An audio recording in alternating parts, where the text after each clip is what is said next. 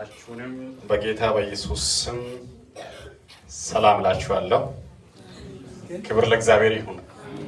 ለትንሣኤው በዓል እንኳን በሰላም አደረሳችሁ። ለትንሣኤው አምላክ ክብር ምስጋና ይሁንለት።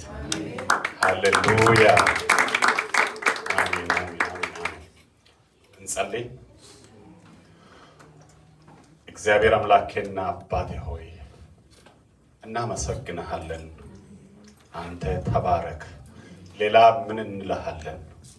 በመስቀል ላይ እንድሞት ደሙን እንዲያፈስ አንድያ ልጁን ጻድቅ ልጅህን አሳልፈህ ስለሰጠ፣ እንዲሁ ስለወደድከን፣ እንዲሁ ስለመረጥከን፣ እንዲሁ ልጆች ስላደረከን፣ እንዲሁ ሕዝቢ ስላደረከን ከኛ ጋራ በልጅ በኢየሱስ ክርስቶስ ሞት ስለታረክ የእርቅን ልብ፣ የፍቅርን ልብ፣ የይቅርታን ልብ በውስጣችን ስላፈሰስክ እግዚአብሔር አምላኬና አባቴ ሆይ እኔ አመሰግንሃለሁ።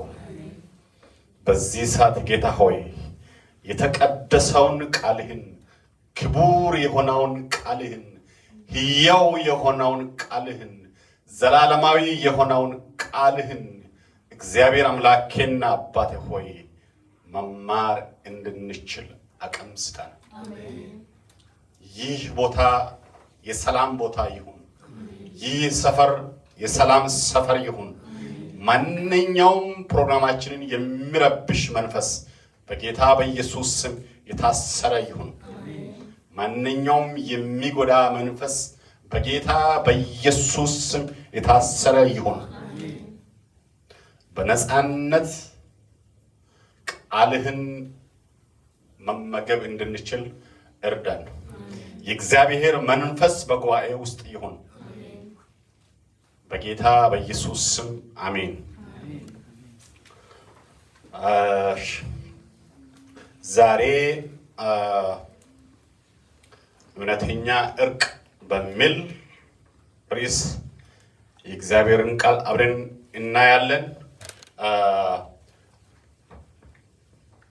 የመልእክቴ ክፍል በአብዛኛው የሚገኘው ዘፍጥረት ምዕራፍ 32 እና ዘፍጥረት ምዕራፍ 33 ሆኖ ያንን ሁሉ ካቨር ማድረግ ስለማንችል የተወሰነውን ክፍል አይተን ይህን ክፍል እናያለን ማለት ነው።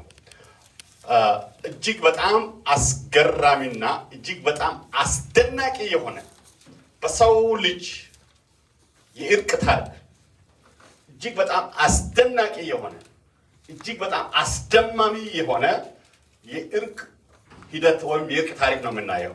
ክብር ለእግዚአብሔር ይሁን። ዘፍጥረት 32 ከ6-13 ያለውን አነባለሁ። እንዲህ ይላል። መልእክተኞችም ወደ ያዕቆብ ተመልሰው፣ ያዕቆብ መልእክተኞችን ሊኮ ስለነበረ እናንተ ክፍሉን 32 እና 33 በሙሉ ታነባላችሁ። በሙሉ ካላነበባችሁ እንግዲህ ሙሉ ፒክቸሩን ማግኘት አትችሉም ማለት ነው። መልእክተኞቹም ወደ ያዕቆብ ተመልሰው እንዲህ አሉት፣ ወንድሜ ወደ ኤሳው ሄደን ነበር፣ እርሱም ደግሞ ሊቀበልህ ይመጣል፣ ከእርሱም ጋር 400 ሰዎች አሉ። ያዕቆብን ሊቀበሉ 400 ሰዎች ነው የሚመጡት። ያዕቆብም እጅግ ፈርቶ ተጨነቀ። ከእርሱም ጋር ያሉት ሰዎች መንጎችንም፣ ላሞችንም፣ ግመሎችንም በሁለት ከፈላቸው። እንዲህም አለ፣ ኤሳው መጥቶ አንዱን ወገን የመታ እንደሆነ የቀረው ወገን ያመልጣል። ያዕቆብም አለ፣ የአባቴ የአብርሃም አምላክ ሆይ፣ የአባቴም የይስሐቅ አምላክ ሆይ፣ ወደ ምድርህ ወደ ተወለድህበት ስፍራ ተመለስ፣ በጎነትንም አደርግልሃለሁ ያልከኝ እግዚአብሔር ሆይ፣ ለባሪያዬ ከሰራው ከምሕረትህና ከእውነትህ ሁሉ ትንሽ እንኳ የማይገባኝ ነኝ። በትሬን ብቻ ይዤ ይህንን ዮርዳኖስን ተሻግሬ ነበርና፣ አሁን ግን የሁለት ክፍል ሰራዊት ሆነው ከወንድሜም ከኤሳው እጅ አድነኝ፣ መጥቶም እንዳያጠፋኝ እናቶችንም ከልጆች ጋር እንዳያጠፋ እኔ እፈራዋለሁና። አንተም በእርግጥ መልካም ነገር አድርግልሃለሁ፣ ዘርህንም ከብዛቱ የተነሳ እንደማይቆጠር እንደ ባህር አሸዋ አድርገዋለሁ ብለህ ነበር። በዚችም ሌሊት ከዚያው አደረ። ከዚያም ሁሉ ለወንድሙ ለኤሳው የእጅ ማንሻ አወጣ ይላል። ክብር ለእግዚአብሔር ይሁን። ኦኬ ታሪክ ነገር ተቀይራለች መሰለኝ። ለኔ ማትመቻው ነው የመጣችው። እሺ ክብር ለእግዚአብሔር ይሁን። ከአቤልና ከቃኤል ጊዜ ጀምሮ ወይም ከአቤልና ከቃኤል ግጭት ጀምሮ እስከ ዛሬ እስከ እኛ ዘመን ድረስ ጥል፣ ግጭት፣ አለመግባባት፣ ጥላቻ ቀጥሏል። በሐዋርያት ዘመንም ነበር፣ በእኛ ዘመንም አለ። ቤተ ክርስቲያን የግጭት፣ የጥል፣ የክርክር፣ የመለያየት፣ ያለመግባባት አካል ነች። ምዕመናንም እንደዛው። ጌታን ስለተቀበልን አማኞች ስለሆንን ከጥል፣ ከቅሬታ፣ ከአለመግባባት ነፃ ሆነን አናቅም። ነፃ ሆነን እናውቃለን? አናቅም። ፕሪቪሌጅድ አይደለም። አማኞች በመሆናችን ከግጭት፣ ከአለመግባባት፣ ከቅሬታ ነፃ ሆነን አናቅም። we are part of all the conflicts። መጀመሪያ የነበረው ግጭት፣ መጀመሪያ የነበረው ቅሬታ አሁንም በእኛ ዘመን፣ በእኛ ጊዜ፣ በእኛ ከተማ፣ በእኛ ቤተ ክርስቲያን፣ በእኛ ቤተሰብ፣ በእኛ ዘመዶች ውስጥ በእኛ ሀገርም አለ። እውነት ነው አይደለ? ኦኬ። ይሁን እንጂ እግዚአብሔር የእርቅን ግዴታ፣ የይቅርታን ግዴታ በእኛ ላይ ይጥላል። ክርስቲያን ነን፣ ግጭት ውስጥ እያለፍን መተናል። በእኛ ላይ ደግሞ እግዚአብሔር ምንድነው ያስቀመጠው? እርቅ የማድረግና ይቅር የማለትን ግዴታ በእኔ ላይ፣ በሱ ላይ፣ በአንተ ላይ፣ በአንቺ ላይ፣ በሁላችንም ላይ የተቀመጠ ክርስቲያናዊ ግዴታችን።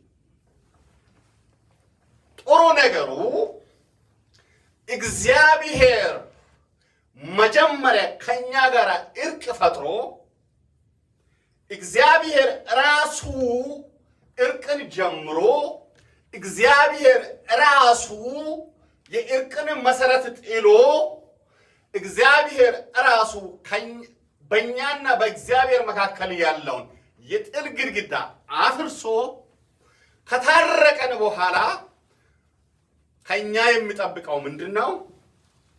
እግዚአብሔር ከኛ ጋር ሰላም ፈጥሯል። እግዚአብሔር ከኛ ጋር እርቅ ፈጥሯል። እግዚአብሔር ከኛ ጋር አንድ ሆኗል። በእርቅ ምክንያት እኛ ምን ሆነናል? የእግዚአብሔር ልጆች ሆነናል። እግዚአብሔር ደግሞ የኛ አምላክ ሆኗል። እግዚአብሔር ኢኒሼት ያደረገውን እርቅ እኛ ደግሞ የእግዚአብሔር ልጆች ስለሆነ እሱ አባታችን ስለሆነ እኛ ደግሞ እግዚአብሔርን የምንወድ ስለሆነ በእግዚአብሔር በአንድያ ልጁ የምናምን ስለሆነ ይህ የእግዚአብሔር ባህሪ ፍቅር፣ ይቅርታ፣ እርቅ የኛም ምን ይሆናል? የህይወት አካል ይሆናል። ክብር ለእግዚአብሔር ይሁን። ክብር ለእግዚአብሔር ይሁን። እርቅን የጀመረው ማን ነው? እግዚአብሔር ነው። ሃሌሉያ። ኦኬ። ከሰዎች ጋር የሚኖረን ግንኙነት ሰዎችን የምንቀበልበት ሰዎችን የምናስተናግድበት በእኛ ልብ ስለ ሰዎች ያለን ቦታ አመለካከት የኛን መንፈሳዊ ህይወት የኛን ከእግዚአብሔር ጋር ያለንን ህብረት ቁርኝት የሚያሳይ ነው። መለኪያው የእግዚአብሔር ልጆች ስለመሆናችን የእግዚአብሔር ህዝብ ስለመሆናችን በእግዚአብሔር የምናምን ሰዎች ስለመሆናችን ዋናው የመጀመሪያው መለኪያ ምንድነው? ከሰዎች ጋር ያለን ግንኙነት ነው።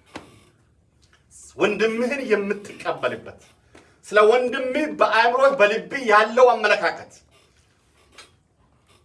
ወንድምህን የምታስተናግድበት ስለ ወንድምህ ያለህ እይታ ስለ ወንድምህ ያለህ ቪው ወንድምህን በአእምሮ የምትስለው ነገር ያንተን የእኔን የሁላችንም መንፈሳዊ ህይወት ምን ያደርጋል? ያሳያል። ኦኬ ከላይ የሞላ ከሆነ ከላይ የተስተካከለ ከሆነ ከታች የተስተካከለ ነው፣ ከታች ሙሉ ነው። ከላይ ጎዶሎ ከሆነ ህይወታችን ከላይ ያልተስተካከለ ከሆነ በምድር ላይ በቤተ ክርስቲያን ውስጥ በከተማ ውስጥ ሊስተካከል አይችልም። ከላይ ችግር ካለ ከታች ችግር ነው ያለው።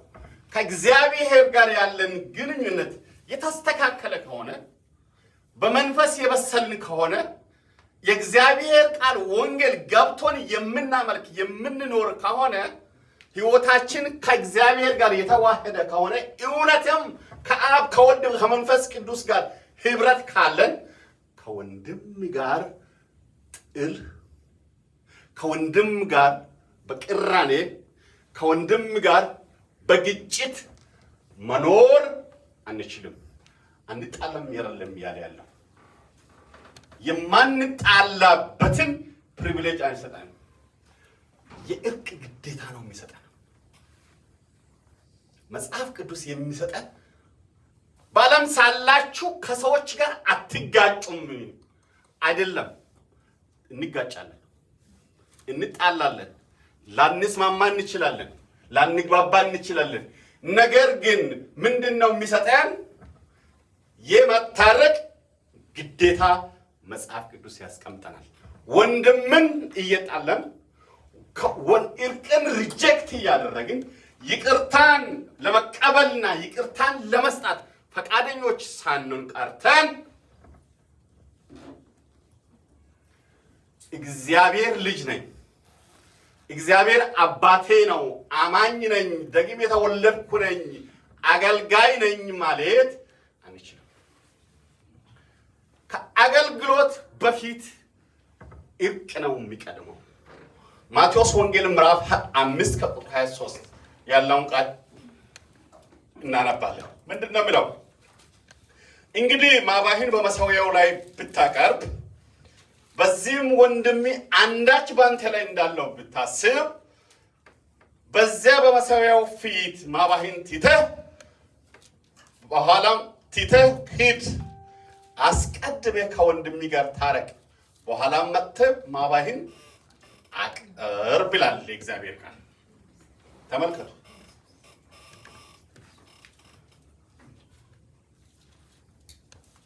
የእግዚአብሔር ቃል ኢየሱስ ለሐዋርያት ያስተማረው ቃል እኛ ከሐዋርያት የተቀበልነው ቃል ምንድነው የሚለው? ከአገልግሎት በፊት መሠዊያ ከማቅረብ በፊት ምን ማድረግ አለብህ? ከወንድምህ ጋር እርቅ መፍጠር አለብህ። ማን ነው ያ ወንድምህ? ያ ወንድም ማን ነው? እሱ ያ ወንድም ካንተ ጋር የማይስማማው ወንድም ነው። የማይቀበልህ ወንድም ነው። የማይደግፍህ ወንድም ነው። ያንተን አጀንዳ የማያራምድ ሊሆን ይችላል። ከአንተ ጋር የሚቃረን ሊሆን ይችላል። የሚጠላህ ሊሆን ይችላል። የማይፈልግህ ሊሆን ይችላል። እሱን ወንድም እግዚአብሔር ይፈልገዋል። ያ ወንድም አንተን አይፈልግም፣ እሱን ግን እግዚአብሔር ይፈልገዋል። ስለዚህ ከዛ ወንድም ጋር ከዛ አንተ ከማይፈልግ ወይም አንተ ከማትፈልገው ወንድም ጋር መጀመሪያ ሰላም ፍጠር። ከዛ በኋላ ነው አገልግሎት ማባህን ማቅረብ የምትችለው። it's very hard። ለምንድን ነው እንደዛ የሚለው መጽሐፍ ቅዱስ? ልንገራችሁ። የመጀመሪያው ከምናደርገው አገልግሎት፣ ከምናቀርበው መስዋዕትና ማባ፣ ከምናደርገው ጸሎትና ጾም፣ ከወንጌል ስርጭት፣ ከአስራት፣ ከማባ፣ ከስጦታ፣ አጋንንትን ከማስወጣት ሁሉ በእግዚአብሔር ፊት በእግዚአብሔር ዘንድ ትልቅ ቦታ የሚሰጠው ትልቅ ቫልዩ ያለው ዋጋ። የወርቅና የፕላስቲክ ዋጋ እኩል ነው አይደለም። ትልቅ ቫልዩ ያለው ከወንድም ጋር የምናደርገው እርቅ፣ ለወንድም ጋር የምናደርገው ይቅርታ ነው። እግዚአብሔር ትልቅ ቦታ የሚሰጠው፣ እግዚአብሔር ትልቅ ቫልዩ የሚሰጠው፣ እግዚአብሔርን ደስ የሚያሰኘው በመሳሪያ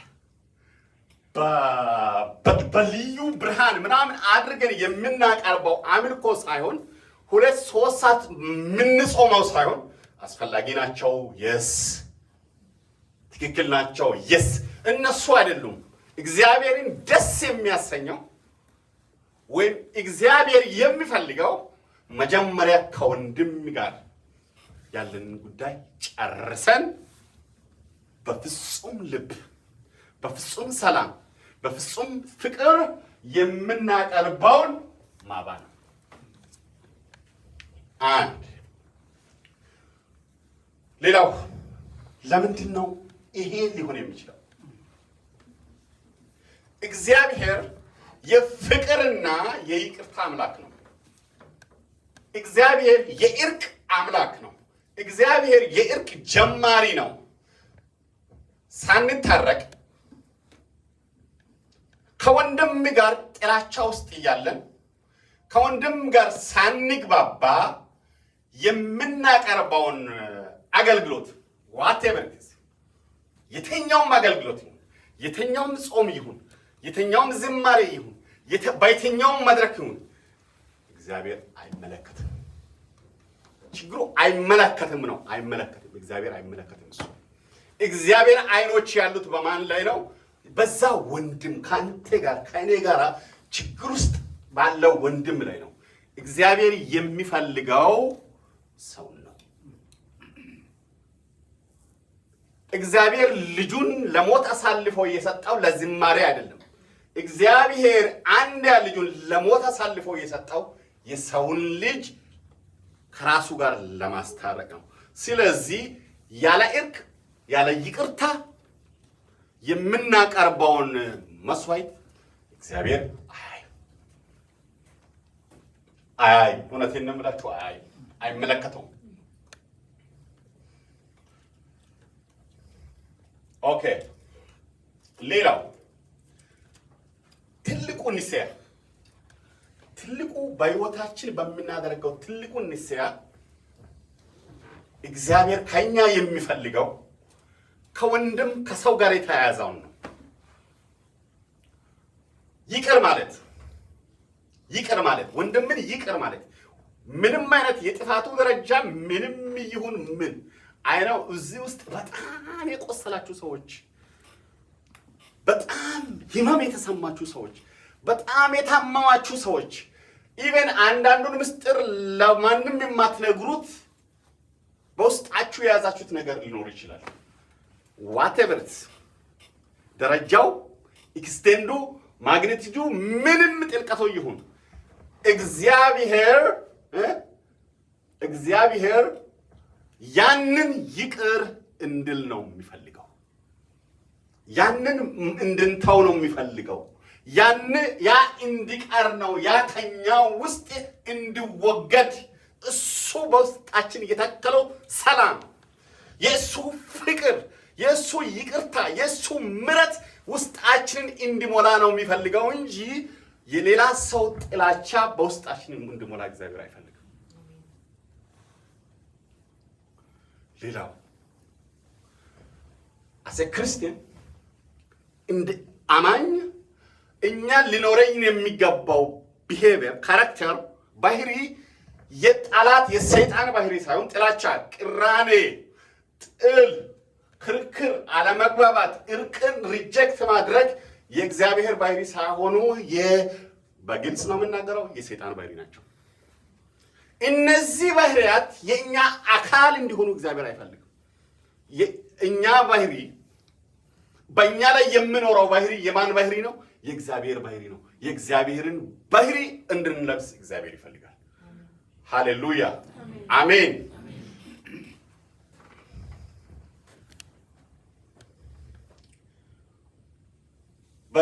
ለመንፈሳዊ ህይወታችን እንደ ክርስቲያን እንደ አማኝ እርቅ በጣም ይቅርታ በጣም አስፈላጊ ኮምፖኔንት ናቸው። ለምንድን ነው የሚጠቅመን? እርቅ ማድረግ ለምንድን ነው የሚያስፈልገን? ለምንድን ነው እርቅ ይቅርታ፣ እርቅ፣ ፍቅር የሚባለው እነዚህ ነገሮች the most important part ናቸው በክርስትና ህይወት ማለት ነው። ዋይ ከሰው ጋር ከወንድም ጋር ከወገን ጋር እርቅ ስንፈጥር ምን እያደረግን ነው? ከእግዚአብሔር ጋር ያለንን ህብረት እየመለስን ነው። ልብ አድርጉ። ጥል ውስጥ በምንሆንበት ጊዜ፣ ቅሬታ ውስጥ በምንገባበት ጊዜ፣ በውስጣችን ጥላቻ በምንኖርበት ጊዜ በግልጽ በምን ውስጥ ነን ያለነው? ኃጢአት ውስጥ ነን። ምንም የሚደበቅ ነገር የሌለው ኃጢአት ውስጥ ነን። ኃጢአት ባለበት እግዚአብሔር ህብረት አያደርግም። እግዚአብሔር በባህሪው ምንድነው? ጻድቅ አምላክ ነው። ስለዚህ እግዚአብሔር ከኃጢአት ጋር ህብረት አያደርግም።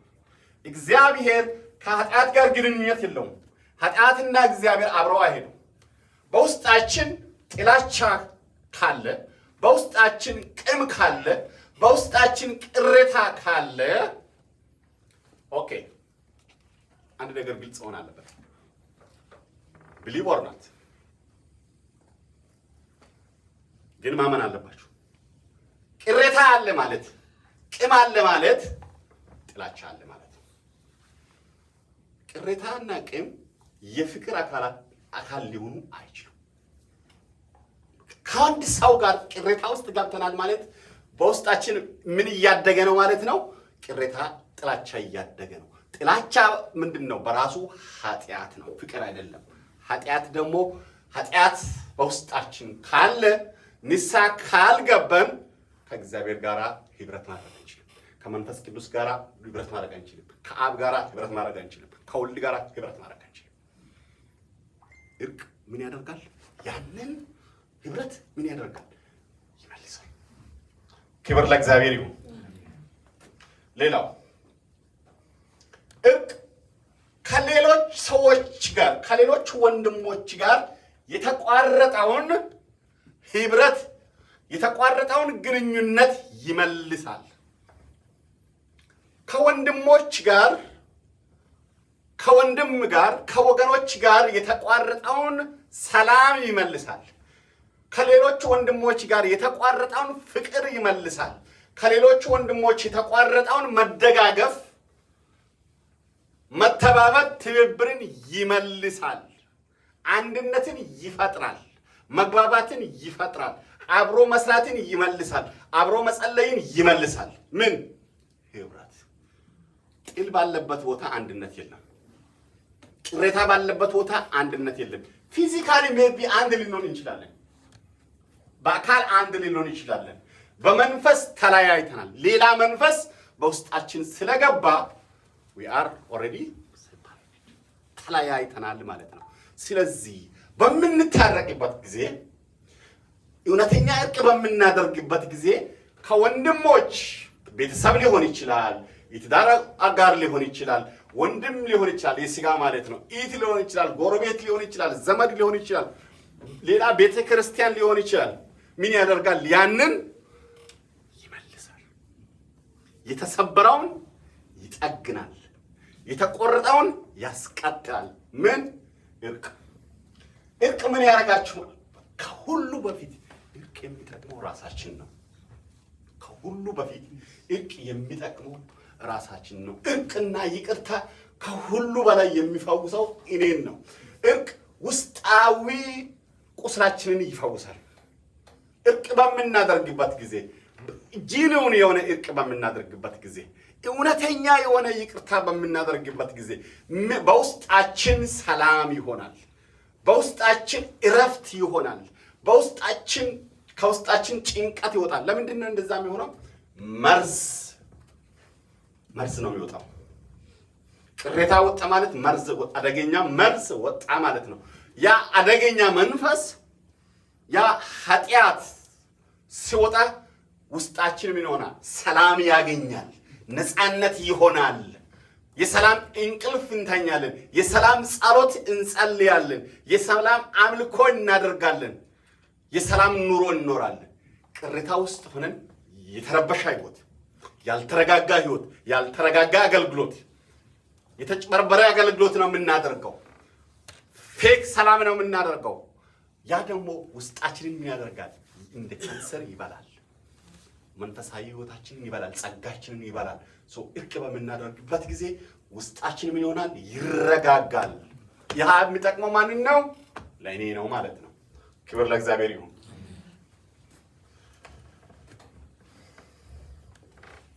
ኦኬ።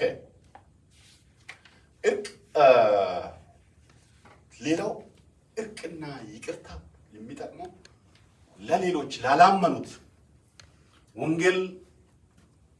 ወንጌልን ለማያውቁት፣ ክርስቶስን ላልተቀበሉት፣ ክርስቶስን ላላመኑት ምስክርነት ይሆናል። ይኸውላችሁ 1000 ጊዜ ትምህርት ብናስተምር፣ 1000 ጊዜ ወንጌል አውትሪች ብንወጣ፣ ህይወታችን የእርቅና የይቅርታ የፍቅር ካልሆነ ሰዎች ከኛ የሚማሩት ነገር የለም። በፍቅር በይቅርታ በእርቅ የምንታወቅ ከሆነ ህይወታችን እሱን የሚያሳይ ከሆነ ሰዎች ከቲዎሪ ከሚማሩት ከህይወታችን ብዙ ይማራሉ። ህይወታችን ትልቁ ምስክርነት ነው።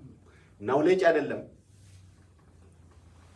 መጮህ አይደለም፣ አብሮ መብላት አይደለም። ትልቁ ምስክርነት ለአሕዛብ እኛ ያለን ፍቅር ነው። ፍቅር መስጠት፣ ይቅርታን መስጠት፣ አንድነትን ማጠናከር፣ እርቅ ማድረግ ትልቁ ምስክርነት ነው። ሰዎች የሚማሩት ከዚህ ነው። ክብር ለእግዚአብሔር ይሁን። ሃሌሉያ። ኦኬ፣ ወደ ዋናው ፖይንት ልውሰዳችሁ። በኤሳውና በያዕቆብ መካከል የተደረገው እርቅ እንዳልኳችሁ በጣም አስደናቂ እርቅ ነው። በጣም አስደናቂ። ምንድነው አስደናቂ ያደረገው? ኦኬ፣ ያዕቆብ ምንድነው ያደረገው በኤሳው ላይ? ያዕቆብ በባህሪው አጭበርባሪ ነው። ያዕቆብ በባህሪው ውሸታም ነው። ያዕቆብ በባህሪው ካዲ ነው። ያዕቆብ ባህሪ ከሰው ጋር የሚያኖር ባህሪ የለውም። በነገራችን ላይ ያዕቆብ ከሰው ጋር መኖር አይችልም።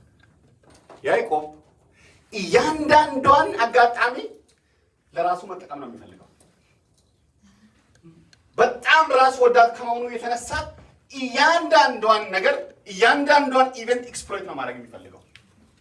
በራሱ መንገድ ታዋቂ፣ በራሱ መንገድ ሀብታም፣ በራሱ መንገድ የበለጸገ መሆን ነው የሚፈልገው። ግሪዲ ነው፣ ሰልፊሽ ነው ያዕቆብ ከሰው ጋር የሚያኖር ባህል የለውም። ያዕቆብ ታላቅ አያከብርም፣ ባህል አያከብርም። ያዕቆብ ለወንድሙ ህይወት ደንታ የለውም። የወንድሙ ህይወት ጨለማ ውስጥ ይውደቅ፣ ወንድሙ ይጥፋ ይልማ፣ ያዕቆብ ጉዳዩ አይደለም። ሂዶን ኬር። ያዕቆብ በጣም ከባድ ባህሪ ነው ያለው። ምንድን ነው ያደረገው? ያዕቆብ ወንድሙ በተራበ ጊዜ ማብላት ሲገባው ለዛውም በምስር ወጥ የወንድሙን ብኩርና ወስዷል። ብኩርና ማለት it's not something just simple ነገር አይደለም። ክብር ነው፣ መንፈስ ነው፣ ርስት ነው፣ ንብረት ነው፣ ፖዚሽን ነው፣ ሹመት ነው፣ ማህበራዊ ክብር ነው፣ የኢኮኖሚ ጥቅም ነው። ያንን ክብሩን አጭበርብሮ በጭካኔው በወንድሙ ላይ ኪደት በመፈጸም ወሰደበት። ይሄ ብቻ አይደለም። ያዕቆብ ኤሳው ታላቅ በመሆኑ የአባቱ ምርቃት የሚገባው ትልቁን ርስት መውሰድ የሚገባው ቤተሰቡን መምራት የሚገባው ሰው ነው። ይሄ ብቻ አይደለም። ለያዕቆብ ፕሮሚስ አለ፣ ቃል ተገብቶለታል። ይማርቅሃለሁ የሚል ቃል ተገብቶለታል። ለያዕቆብ ቃል አልተገባለትም። ያዕቆብ ኤሳው ያንን ምርቃት ለማግኘት ለፍቷል፣ ደክሟል፣ ካስሯል። ላቡን አንጠብጥቦ ያችን ሴኮንድ ለማድረግ ደክሟል። ነገር ግን ያዕቆብ ከታች መጥቶ በስውር መጥቶ ወሰደበት። ኤሳው ባዶውን ቀረ። ታላቅ ሆኖ ተወለደ፣ ታናሽ ሆነ። ባለ ርስት ሆኖ ተወለደ፣ ትንሽ ርስት አገኘ።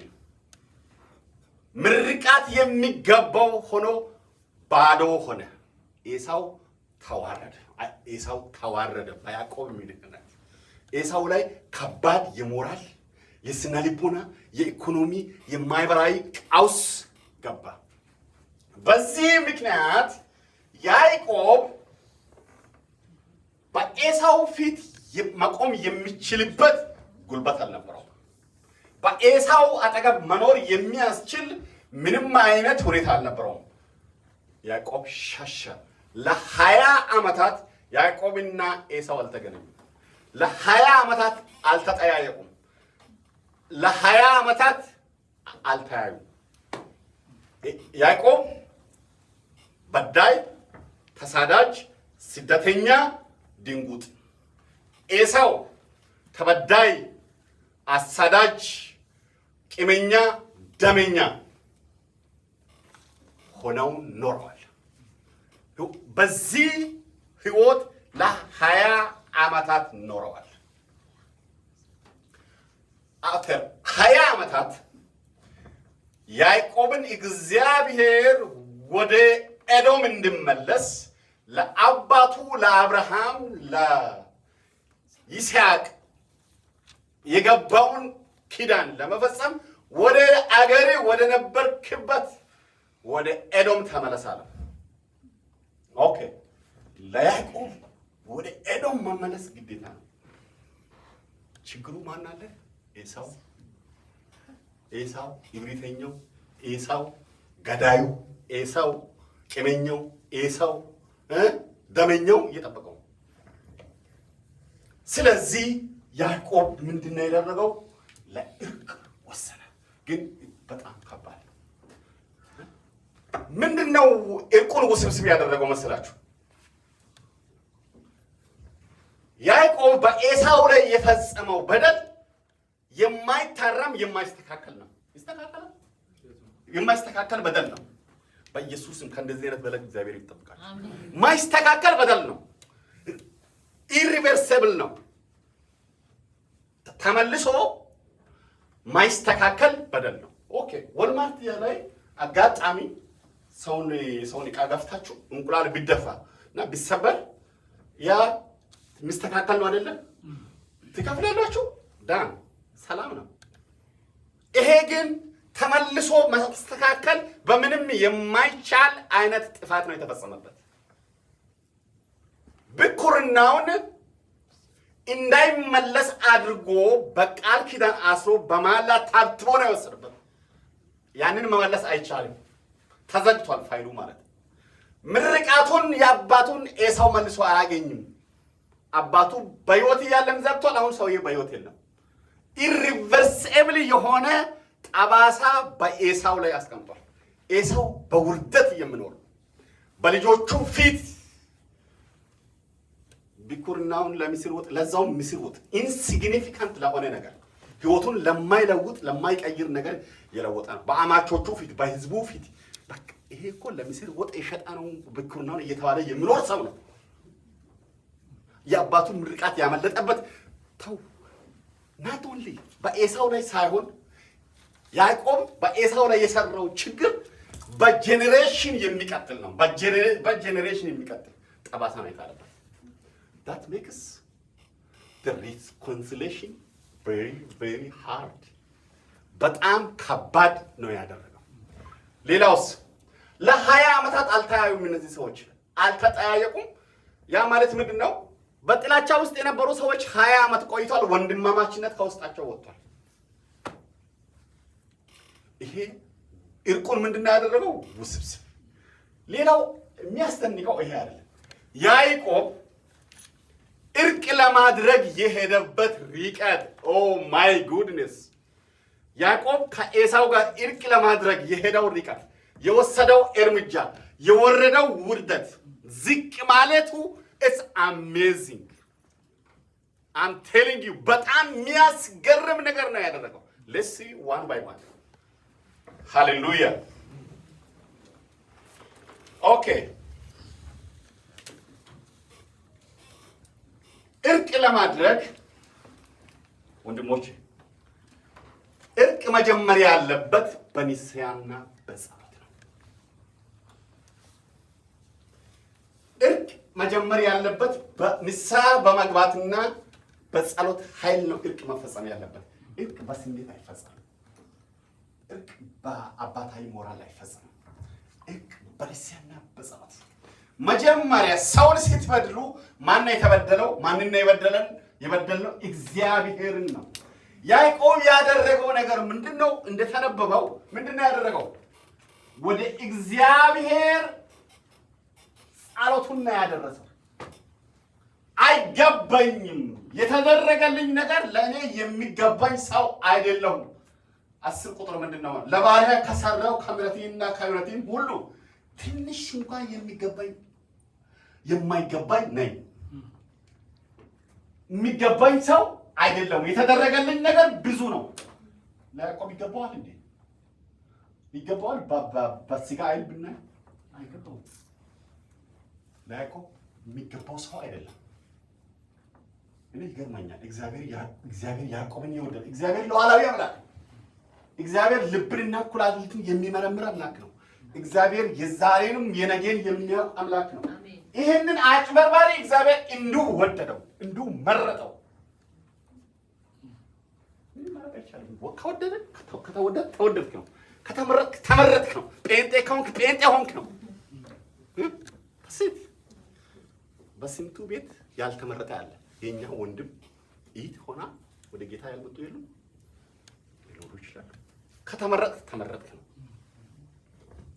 ከተመረጥክ ተመረጥክ። ይሄ የመጀመሪያ ያደረገው ኤሳው በቃ ወደ ኤዶም ጉዞ ሲጀምር ምንድነው ያደረገው?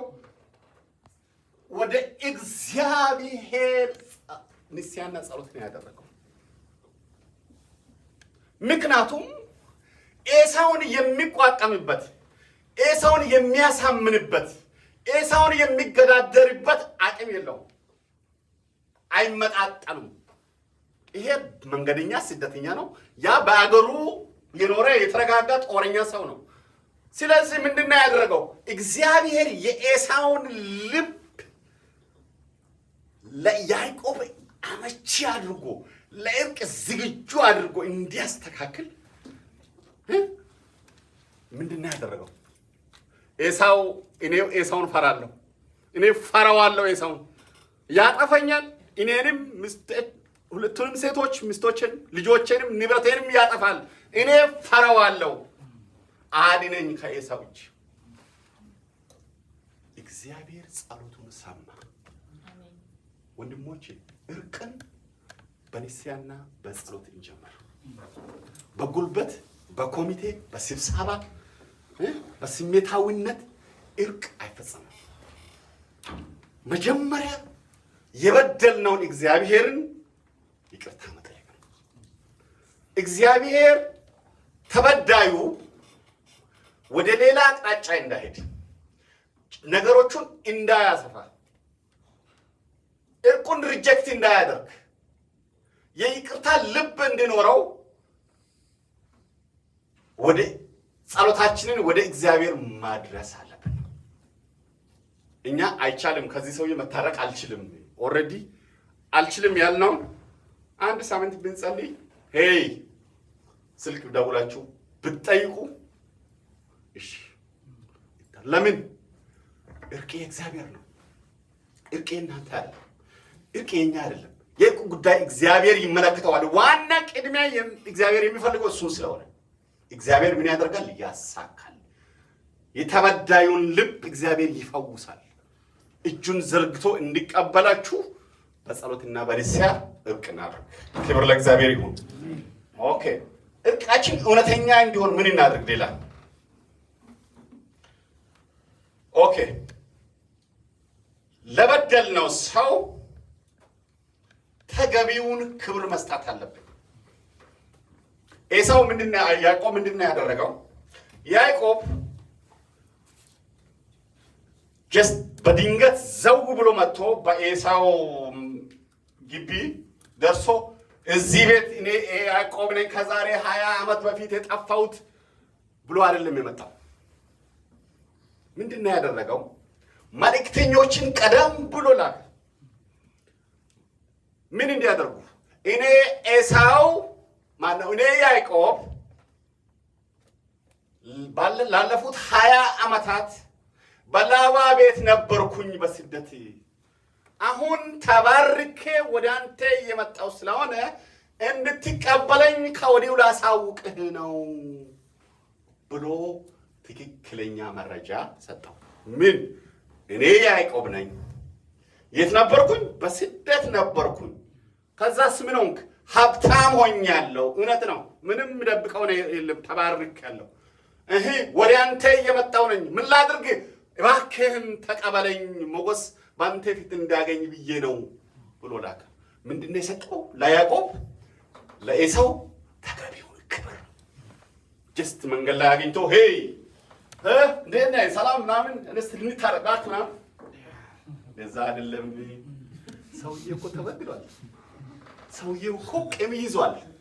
ሰውዬው ያለበትን ኮንዲሽን አታውቅም ወይ? መጠጣቶ እየጠበቀ ሊሆን ይችላል። ጀስት ራንደምሊ እባክህ እንታረቅ ምናምን አይሰራም። ተገቢውን ክብር፣ ተገቢውን መረጃ። በእኛ ኬዝ ምንድን ነው ማድረግ ያለብን? ጀስት ቤቱን ሄደን አንኳኩተን ልታረቅ መጥቻለሁ ነገ አገልግሎት ስላለኝ ብንል አይሰማህም። ያንተ አገልግሎት እሱን አይመለከትም።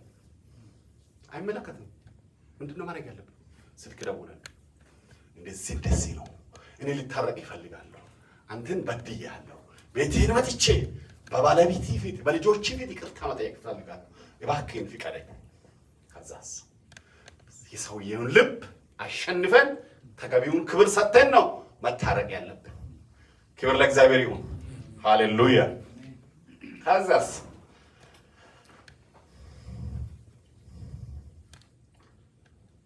እርቅ ለማድረግ እምነት ይኑረን። እርቅ ያለ እምነት አይሆንም። እርቅ እንደሚፈጸም፣ የእርቅ ቀን እንደሚመጣ፣ የሰላም ቀን እንደሚመጣ፣ የይቅርታ ቀን እንደሚመጣ እንመን። ያንን ስናደርግ እምነት ሲኖረን ምንድን ነው የምናደርገው? እያንዳንዷን እርምጃ ወደ እርቅ እንወስዳለን። እያንዳንዷን የምናደርጋትን ከሰውየው ጋር ሊያነካከል የሚችለውን ነገር በሙሉ እርቅ እንደሚፈልግ ሰው፣ ሰላም እንደሚፈልግ ሰው ለሰውየው ምን እናደርጋለን? ሲግናል እንሰጣለን። ጸበኞች አለመሆናችንን፣ ቲቤተኞች አለመሆናችንን፣ ሰላም የምንፈልግ ሰዎች መሆናችን፣ ክርስቲያኖች መሆናችን፣ አገልጋዮች መሆናችንን አጥፍቻለሁ፣ ልክ ነው ግን እርቅ እፈልጋለሁ ብለን የምናምን ሰዎች መሆን አለብን። ኤሳው ያዕቆብ ወደ ኤዶም ጉዞ የጀመረው በእምነት ነው። ሌላ ምንም ነገር የለውም። በነገራችን ላይ ምንም ነገር እግዚአብሔርን አመነ። እግዚአብሔር ምን ብሎታል? ወደ ሀገሬ ተመለስ ብሎታል። እግዚአብሔር በተናገረው ቃል አመነ፣ ተቀበለ። ስለዚህ ከኤሳው ጋር ሰላም ይሆናል፣ ከኤሳው ጋር እታረቃለሁ፣ ኤሳው ይቀበለኛል ብሎ ነው እየተጓዘ የነበረው። እስናት ቀላል ጉዞ አይደለም። አንድ ጉዞ በጣም ረጅም ጉዞ ነው። በየቦታው እያደረ ድንኳን እየተከለ እረፍት እያደረገ በጣም ብዙ ንብረት ይዞ ነው የሚጓዘው። ያንን ሁሉ ሲያደርግ ከኤሳው ስለ ኤሳው ምንም መረጃ የለው። ኤሳው ምን እንደሚያደርገው፣ ኤሳው እንዴት እንደሚበቀለው የሚያውቀው ነገር የለም። በነገራችን ላይ መልእክተኞቹን ልኮ መልእክተኞቹ ከደረሱ በኋላ ያመጡት መልእክት ምንድን ነው? ኤሳው ከ400 ሰዎች ጋር እየመጣ ነው። ዋት ያዕቆብን ለመቀበል 400 ሰው ሰራዊት ይዞ እየመጣ ነው። ምን ማለት ነው? ኦኬ ኤሳው ለምንድን ነው 400 ሰዎችን ይዞ ያዕቆብን ለመቀበል የሚሄደው? መጽሐፍ ቅዱስ ግልጽ አያደርግም። የኔ ግምት ነው። አንድ ምናልባት ለያዕቆብ የሴኩሪቲ የደህንነት ሽፋን ለመስጣት ፈልጎ ሊሆን ይችላል። ሜቢ ሁለት ምናልባት ያዕቆብ አይታመንም። ያዕቆብ ስለማይታመን ያዕቆብን ማመን ተዘጋጅቶ ነው ብሎ ያዕቆብ ጸብ አጫሪ ስለሆነ ጦርነት ፈልጎ እየመጣም ከሆነ ብሎ ለሴልፍ ዲፌንስ 400 ሰው አዘጋጅቶ ሊሆን ይችላል። ወይ ደግሞ እንደ እኔ ግምት በቃ ሰውዬ አንተ ብኩርናይን ብትወስድም የአባቴንም ርቀት ብትወስድም ብሎ አቅሙን ለማሳየት ጡንቻውን ያለበትን ስታተስ ለማሳየት እኔ ነኝ ለማለት ፖስቸር ለማሳየት አንዳንዴ አይታችኋል። እንደዚህ ሲያደርጉና ምንም በሰላም ሜዳ ምናምን እንደዚህ ሲያደርጉ እንደዛ ለማሳየት ፈልጎ ሊሆን ይችላል። ሌላው የኔ ግምት ምን ሊያደርግ ኤሳውን ማነው ያዕቆብን ሊያስወግድ ሊያጠፋው ፈልጎ ሊሆን ይችላል። አይታወቅም 400 ሰራዊት ለምን እንደያዘ። ግን ትርጉሙ ለያዕቆብ ግልጽ ነበር። ምንም የሚያሻማ እንትን የለውም። እኔና ያዕቆብ ተመሳሳይ ትርጉም ነው የወሰድነው። ያዕቆብ ምንድን ነው የሚለው? 400 ሲባል ፈራ፣ ተጨነቀ። ከዛ ሀብቱን ለሁለት ከፈለ፣ የሚጠፋና የሚያመልጥ ብሎ ማለት ነው። ያዕቆብ ምን ብሎ ነው የወሰደው? ኖ ሊቀበለኝ ሳይሆን ሊቀነጥሰኝ ነው፣ ሊቀበለኝ ሳይሆን ሊያጠፈኝ እየመጣ ነው ብሎ ነው የወሰደው። ኢዝ ራይት። ምክንያቱም 400 ሰራዊት ይዞ ሲመጣ ለሰላም ነው ብለው መጠበቅ አይቻልም። አበባ ጉንጉን ይዞ አይደለም የመጣው፣ ቄጤማ ጎዝጉዞ አይደለም የጠበቀው። 400 ሰራዊት ይዞ ነው የመጣው። ያዕቆብ ሊያጠፈኝ ነው አለ። ያዕቆብ ፈራ። ኦኬ ሌላው እውነተኛ እርቅ ለማድረግ ምን እናድርግ?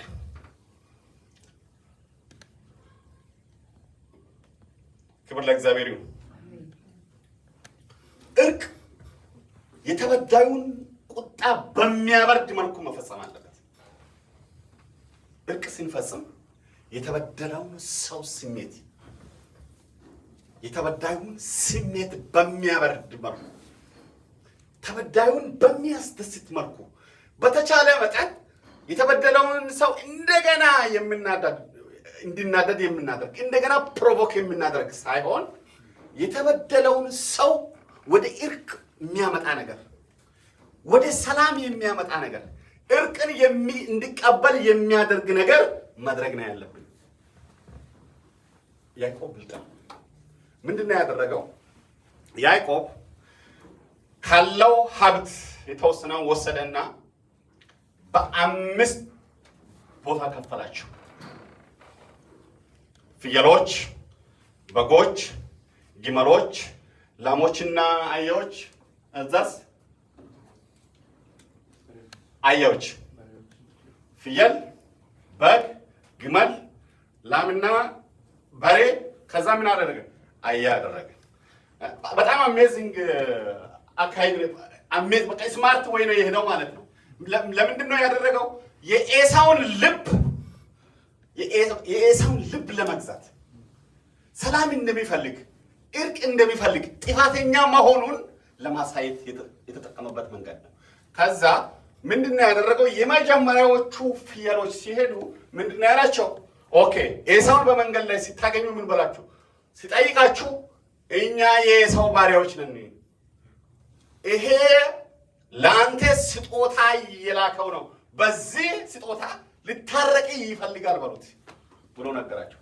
ኤሳው ከ400 ሰራዊቱ ጋር መጀመር ሲሄድ አገር 200 ምናምን ፍየሎች፣ ይሄ ምንድነው? እናንተስ እነማን ናቸው?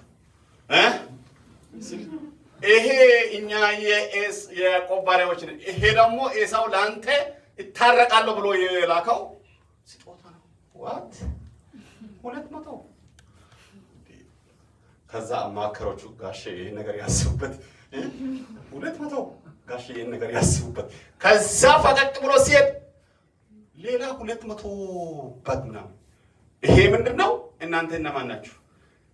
እኛ የያዕቆብ ባሪያዎች ነን፣ ይሄን ደግሞ ስጦታ ሰጥቶ ባሪያ ያዕቆብ ሊታረቅ ይፈልጋል። ሌላው ጋሼ ይሄ ነገር እንዴት ነው? ሰውየው እንደዛ ያለ ወደ አያው ሲደርስ አገር ሀብት ነው የመጣለት። እንዴ በቃ ይበቀኛል አለ። ልቡን ምን አደረገ? ልቡን መለሰው። ቁጣው የያዕቆብ ቁጣ በስጦታ ብዛት ሄደ። ደስ አለው። በቃ ያ በምስር የሸጠው ወጥ በኩርናው ያመለጠው በረከት መካከሻ አገኝቻለሁ። አትሊስት ባዶዬን ወደ ቤት ያልገባው የሆነ ነገር ብቻ ይዣለሁ፣ ሳምቲንግ ጌን አድርጋለሁ የሚል በልቡ ምን ሆነ? አሳመነው። ምን በማድረግ? መልካም ነገር በማድረግ ፍቅርን በማሳየት አክብሮትን በማሳየት ምን አደረገው?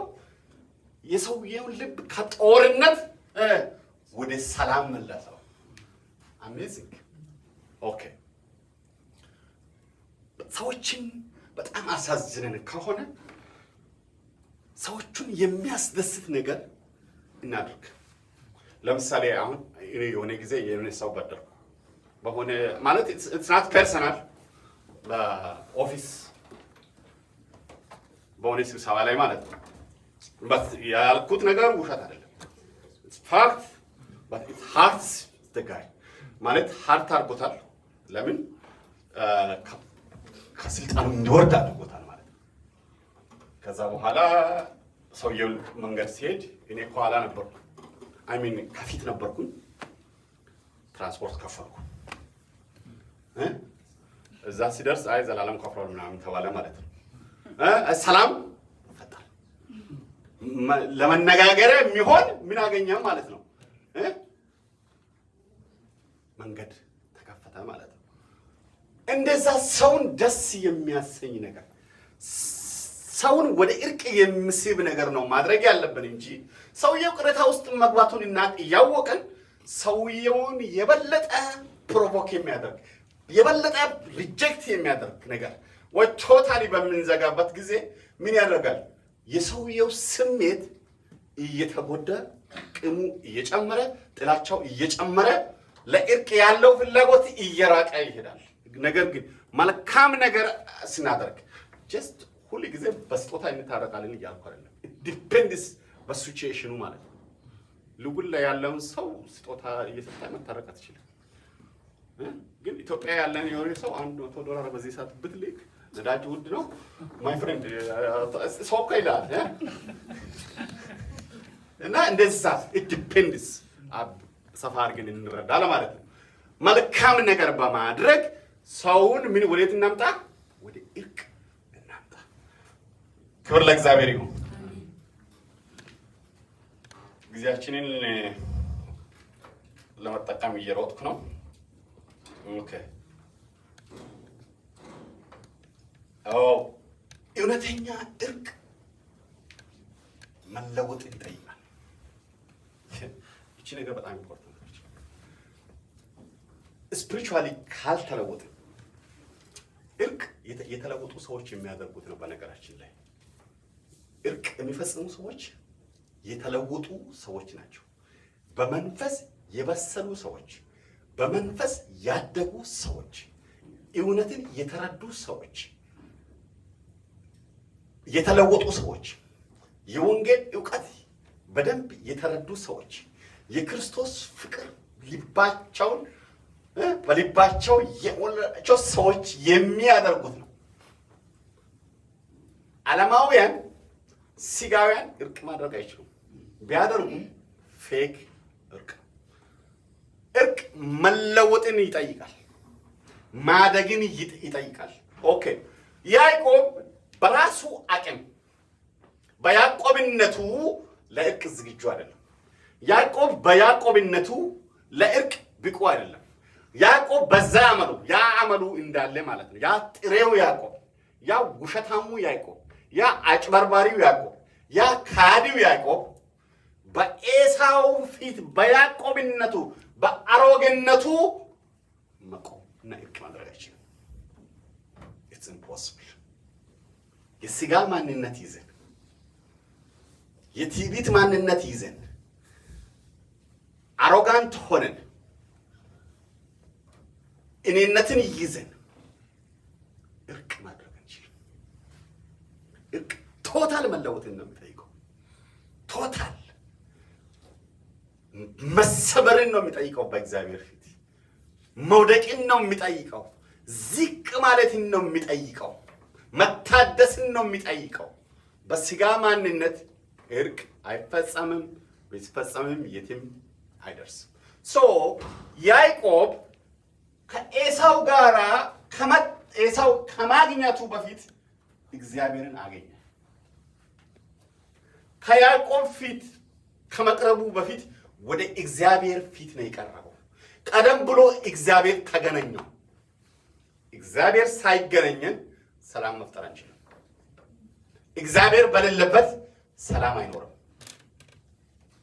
እግዚአብሔር ካልረዳ ከሰው ጋር ፍቅር፣ እርቅ፣ ይቅርታ ማድረግ አንችልም። ሰው ምንድን ነው ያደረገው? እግዚአብሔር ከያዕቆብ ጋር ተገናኘ። ታገሉ፣ አሸነፈ። እግዚአብሔር ያዕቆብን ምንድን ነው ያደረገው? ስሙን ቀየረው። እግዚአብሔር ስሙን ብቻ አይደለም የቀየረው። ችግሩ ስሙ ጋር አይደለም፣ ባህሪው ጋር ነው። ውስጣዊ ማንነቱ አመቺ አይደለም። ለእርቅ ለአብሮነት ከሰው ጋር በሰላም ለመኖር ያዕቆብ አይሆንም፣ ማይሆን ነው። ስለዚህ እግዚአብሔር ምን አደረገው? ያዕቆብን ከመሰረቱ ያንን ኮተቱን ለብዙ ዓመታት የነበረውን ባህሪውን በነገራችን ላይ ሁለት ኢታማሞችን ያገባ ነው። ሁለት ኢታማሞችን ያገባ ነው። ያዕቆብ ለመበልጸግ የሚፈልገውን ነገር ለማግኘት ያላደረገው ነገር የለም። ያንን ባህሪውን እግዚአብሔር ተገናኘውና ከያዕቆብ ላይ ነቀለው፣ ከውስጡ አወጣውና ያዕቆብ አዲስ ፍጥረት ሆነ። ያዕቆብ አሁን በኤሳው ፊት መቆም ይችላል። በእግዚአብሔር ፊት መቆም ከቻለ እግዚአብሔር ከተገናኘው ይሄ የተለወጠ ንጹሕ የሆነ ባህሪው፣ ምግባሩ፣ ስሙ፣ ታሪኩ፣ መዝገቡ የተቀየረለት ሰው ያ ፋይሉ ድሊት የተደረገለት ያ የማጭበርበር የውሸት ፋይሉ ድሊት አደረገው እግዚአብሔር ፐርማነንትሊ ማለት ነው። አሁን በያዕቆብ ፊት በኤሳው ፊት መቆም ይችላል። ያ ድሮ ያዕቆብ በኤሳው ፊት መቆም አይችልም። የኤሳውና የያዕቆብ እርቅ የእግዚአብሔር መለኮታዊ ጣልቃ ገብነት ያለው ነው። ክብር ለእግዚአብሔር ይሁን። መለኮታዊ ጣልቃ ገብነት ሳይኖር የእግዚአብሔር ፈቃድ ሳይኖር እግዚአብሔር ባህሪን ሳይቀይር እርቅ ማድረግ አንችልም። ክብር ለእግዚአብሔር ይሁን። ሃሌሉያ።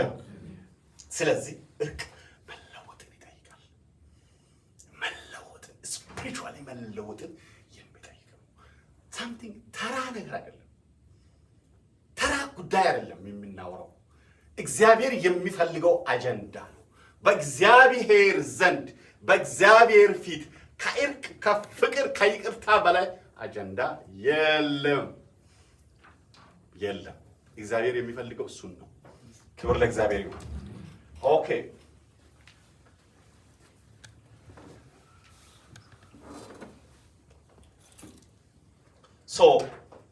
እውነተኛ እርቅ ለማድረግ የአስተሳሰብ ለውጥ ያስፈልጋል። እውነተኛ እርቅ ለማድረግ የባህሪ ለውጥ ያስፈልጋል። የእውነተኛ እርቅ ለማድረግ የህይወት ለውጥ ያስፈልገናል ማለት ነው። ኦኬ ሌላውስ እርቅ ትህትናን ይጠይቃል። እርቅ ትህትናን ይጠይቃል። እቺ በጣም ኢምፖርታንት ፖይንት ነች ወንድሞቼ። እርቅ የትሑታን ነች ማለት እርቅ የትሑታን ንብረታቸው ነች፣ የእነሱ ነች። ትዕቢተኞችና እርቅ አብሮ አይሄዱም። ምክንያቱም እርቅ ውስጥ ይቅርታ መጠየቅ አለ። እርቅ ውስጥ ዝቅ ማለት አለ። እርቅ ውስጥ ጥፋትን ማመን አለ። እርቅ ውስጥ አይለምደኝም ማለት አለ። እርቅ ውስጥ ንስሐ መግባት አለ። እርቅ ውስጥ ካሳ መክፈል አለ። ኢንዲፔንደንስ እቺ ለትዕቢተኞች አትሆንም። ትዕቢተኞችና እርቅ አላልጅ ናቸው፣ አይገናኙም። እርቅ የትዕቢተኞች የትሑታን የገዛ ንብረታቸው ነች። እርቅ የእግዚአብሔርን ልጅ ከሰማይ ወደ ምድር እንዲወርድ በምድርም እንዲሰቃይ እጅግ የወረደ ጎስቋላ ኑሮ እንዲኖር ያደረገች፣ በበረት ውስጥ እንዲወለድ ያደረገች፣ በመስቀል ላይ እንደ ወንጀለኛ ከወንጀለኞች ጎን አብሮ እንዲሞት ያደረገች ነች። እርቅ ዋጋ የምታስከፍል ነች። እርቅ ዝቅ ማለትን የምትጠይቅ ነች። እርቅ እንደዛ ነች። ኦኬ እኛ አካባቢ አዶነ እነ ሞገስ ጋር እንደዛ ይሆናል ብዬ አስባለሁ። አላውቅም። የኛ አካባቢ እርቅ እንዴት ይፈጸማል መሰላችሁ? እኛ ሀገር አካባቢ እርቅ ሲፈጸም ጥፋተኛው ሰው በዕድሜ ታናሽ ከሆነ ምን ያደርጋል? በተበዳዩ ፊት አባት ሊሆን ይችላል፣ ወንድም ሊሆን ይችላል፣ እናት ልትሆን ትችላለች፣ ጎረቤት ሊሆን ይችላል፣ ቤተክርስቲያን መሪዎች ሊሆኑ ይችላሉ። ምንድን ነው የሚያደርገው? የመጀመሪያው ነገር እርቅ ለማድረግ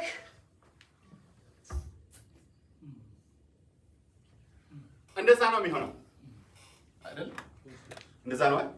እንደዛ ነው ሰየስ ሲውከለ ስላለ እንጂ መናገር ይችላል ነበር። የእንትኑን ሂደት ማለት ነው። yes ከዛስ ምን ያደርገዋል? ኦኬ ጎ ኤንድ ሾው ና ኦኬ እኔ ይሄው እንደዚህ ብያለሁ። አጋጣሚ የሆነ ነገር ካለም ትጨርሳለህ። ኦኬ አሁን ባለፈው አገር ቤተደን እርቅ እያደረግን ነበር። ለምትበክከለው እያደረግን ነበርና አባትየው በድለው ልጁ ህዝቡ ምን ይላል? ልጁን አስፍተሃል አለ። ምን መደረግ አለበት ተባለና ማሪ ዜና ተባለ። ልጁ ተነጫነጭ ዝነጫነጭ ሁላችንም ተነጫነጭ በሱ ላይ በቃ ማሪ ዜና አልነው ማለት ነው። ስለዚህ ማሪ ይዞ መጣ። ደግሞ ውድ ነው፣ ውድ ነው፣ ዋጋ ያስከፍላል። ዋጋ ከፈለ። ግን ሁለተኛ ቀን የእርቁ ኮሚቴው ላይ እዛው ስላለው ማለት ነው ልጁ በመጣው ሰላሙ ያውቃል፣ የተፈጸመበትን ነገር ያውቃልና አሁን በዛ መሀል ልጁ ቤተሰቡ በሙሉ መጣ። መሬት ላይ ቁጭ አለ። ተሸነፈ ማለት ነው።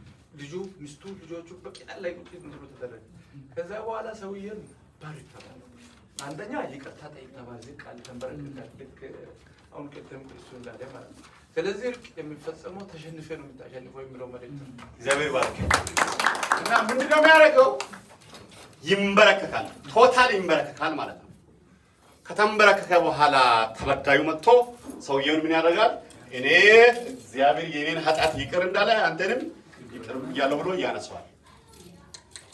ሁለተኛ ይቀጣል። ፋይናንሻሊ የሚያም ቅጣት ይቀጣል። ቅጣቱን ተበዳዩ አይደለም የሚበላው። ወይ ካሳ የሚከፈል ነገር ካለ ይከፍላል። የተሰበሰቡ ሰዎች ሙሉጭ አድርገው ይበላሉ ማለት ነው። ለምንድን ነው? እንዳይደግም። ኦኬ። በእድሜ የሚበልጥ ከሆነ ፎር ኤግዛምፕል ባል ለሚስት አይንበረከክም፣ አባት ለልጅ አይንበረከክም። እንደዛ እያለ ይቀጥላል። ግን ምንድን ነው የሚያደርገው? ስጦታ ይሰጣል። የሚያም ስጦታ ያመጣል። እርቅ በእንደዛ ነው የሚፈጸመው። ማለት በጣም አደገኛ ያልሆኑ ከነፍስ ጋር ያልተያያዙ ማለት ነው። እነዛም ሌላ ነው። በቃ እሱን ተው፣ አይመለከተንም።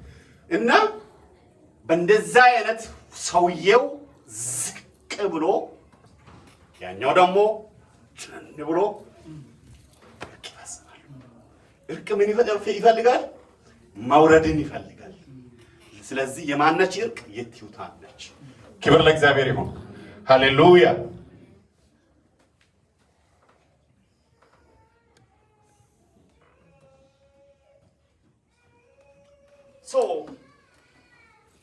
ያዕቆብ ከኤሳው ጋር ለመታረቅ ምንድን ነው ያደረገው? ፋይናል የመጨረሻው እርቅ ፕሮሰሱ ምን ነበር? ኤሳውና ያዕቆብ የታረቁት። ኦኬ። ኤሳው ከሩቅ ሲመጣ ያዕቆብ አየውና ኦ ማይ ብራዘር አይ ላቭ ዩ እያለ አይደለም የሄደው። እንደዛ አይደለም። አይ ሚስ ዩ ምናምን እያለ አይደለም የሄደው። ምንድን ነው ያደረገው? ኤሳውን ከሩቅ አይቶ ስግደት አንዴ ሰገደ፣ ስግደት 2፣ ስግደት 3 እያለ 7 ጊዜ በስግደት ወደ ኤሳው ገባ። It's amazing። 7 ጊዜ የሰገደው ለኤሳው ያዕቆብ። እሱ ብቻ አይደለም። ከዛስ የያዕቆብ አገልጋዮች ደግሞ መጡና ለኤሳው 7 ጊዜ በኤሳው ፊት ሰገዱ። ከዛስ ሊያና ልጆቹ መጡና 7 ጊዜ በኤሳው ፊት ሰገዱ። ከዛስ ራሄልና ልጆቹ መጡና 7 ጊዜ በኤሳው ፊት ሰገዱ። 7 ጊዜ 4 28 ጊዜ የግሩፕ ስግደት ኤሳው ተቀበለ። ኤሳው አጥፍቷል። ማሰገድ አልነበረበትም። ኤሳው አይገባውም። ስግደት የማን ነው? የእግዚአብሔር ነው። ተበላ ነው እና ኦኬ። ከዛ ሁሉ ህዝብ ኤሳው ስግደት ተቀበለ። ኤሳው በላይነቱን የእውነቱን አረጋገጠ። ጀስቲስ ፍትህ ምን ሆነ? ተረጋገጠ። አስፈቀደ። ስጦታ ሰጠ። ከዛስ የመጨረሻ ጥፋቱን በስግደት ገለጸ። ኤሳው ምንድን ነው ያደረገው? እጁን ከፍቶ ተቃቅፈው ምን ሆኑ? ተላቀሱ ነው የሚለው መጽሐፍ ቅዱስ። ተላቀሱ። በእንደዛ አይነት መልኩ ኤሳውና ያዕቆብ እርቅ ፈጸሙ። ሃሌሉያ! ክብር ለእግዚአብሔር ይሁን። የእርቅ አምላክ የተባረከ ይሁን። 2 ነጥብ። ኦኬ፣ ቬሪ ኢምፖርታንት። እርቅ ላይ ከወንድም ጋር ከወገኖች ጋር እርቅ ወይም ችግር ውስጥ ከገባን ማለት ነው። እኔ ቅሬታ ካለ አለመግባባት ካለ አለመስማማት ካለ እርቅን ኢኒሼት ማድረግ ያለብን እኛ ነን። የሆነ ሰው መጥቶ እኛን ለእርቅ ፑሽ እስኪያደርገን ድረስ ሳዋን እስኪያሳስበን ድረስ ወይ ደግሞ ያ የበደልነው ሰው እኛን የበደለው ሰው መጥቶ ይቅርታ እስኪጠይቅ ድረስ እኛ መጠበቅ አንችልም። መጽሐፍ ቅዱስ እርቅን መጀመር ያለብን ማንን? እኛው ራሳችንን። ለምንድን ነው እርቅኛ መጀመሪያ ያለብን? እግዚአብሔር የእርቅ ጀማሪ ስለሆነ የእግዚአብሔር ልጆች የእግዚአብሔርን ባህሪ ስለሚጋሩ ምንድነው ማድረግ ያለብን? እርቅን ኢኒሼት ማድረግ ያለብን። ሰላም ፈልጋለሁ፣ እርቅ ፈልጋለሁ፣ ይቅርታ ፈልጋለሁ ብለን መቅረብ ያለብን እኛ ነን። ይቅርታ ማድረግ ያለብን እኛ ነን። ሳዋን በእኛ ላይ ዳውንሎድ የሚያደርገው ነገር ሳይሆን ወይ ደግሞ ሰዎች ባክን ይቅርበል፣ ባክን ተቀበል፣ ባክን ታረቅ ብለው ሰዎች ጎትተውን ጫና አድርገው ይቅር ማለት እንደ ልማልሞ እንደ ማውጣት ወይም ምንድነው ይሄ ኢምባሴራ ኢምባሴራ መውጣት የአስማራ ትልቁ ተራራ ማለት ነው። እሱን መውጣት ያክል እርቅ ማድረግ ይቅርታ ማድረግ የሚከብደን መሆን የለበትም። ሰውን ፑሽ አድርጎ የሚናደርገው እርቅ አይደለም። ሰዎች ፋሲሊቴት ያደርጋሉ፣ ሰዎች ችግርን ይለያሉ። ነገር ግን እርቅ የኛ ኢኒሼቲቭ ነው እንጂ መሆን ያለበት ይቅርታ የኛ ኢኒሼቲቭ ነው እንጂ መሆን ያለበት እባክህን ፕሊዝ ይቅር ብለን ተባብለን የምናደርገው እርቅ ዩዝሌስ ነው። እሱ እርቅ አይደለም፣ እሱ ይቅርታ አይደለም። አም ቴሊንግ ዩ እርቅ ከውስጣችን ነው መውጣት ያለበት፣ ከውስጣችን ወጥቶ መፍሰስ ነው ያለበት እንጂ ሰዎች አውቀው በለው ብለው በቴራፒ የምናደርገው የቴራፒ እርቅ በኢየሱስ ስም ይራቅ። በግፊት የሚደረግ እርቅ በኢየሱስ ስም ይራቅ። ሰዎች እንደምንም አድርገው ከአፋችን እንዲያወጡ የምናደርገው እርቅ ትርጉም የለውም። ውስጤ የሞላው መሆን አለበት። ያመንኩት የተረዳሁት ይቅርታ መሆን አለበት። በግፊት የሚያደርገው ከሆነ አላመንኩበትም፣ አልተረዳሁትም፣ ወይ ከውስጤ አላለቅም፣ ወይ ደግሞ ወንድሜን አልወደድኩትም ወይ አላከበርኩትም ማለት ነው። እርቅ ከውስጣችን እንጂ በግፊት በሰዎች ግፊት በጫና የምናደርገው አይደለም። አምነን ይቅርታ ዝቅ ብለን እርቅ ችግሩ ዝቅ ማለት ይጠይቃል። እሱ ነው ፎካት ነው።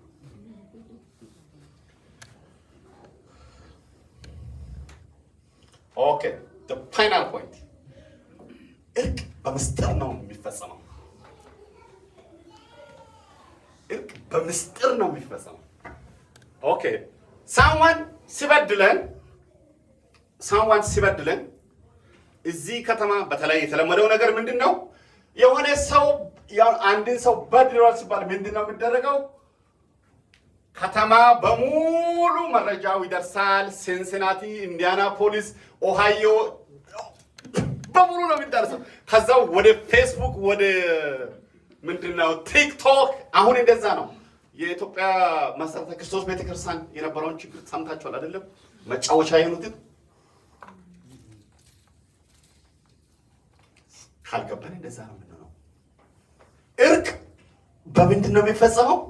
በምስጢር ነው የሚፈጸመው። ዋይ ለምንድን ነው እንደዛ የሚሆነው? ኦኬ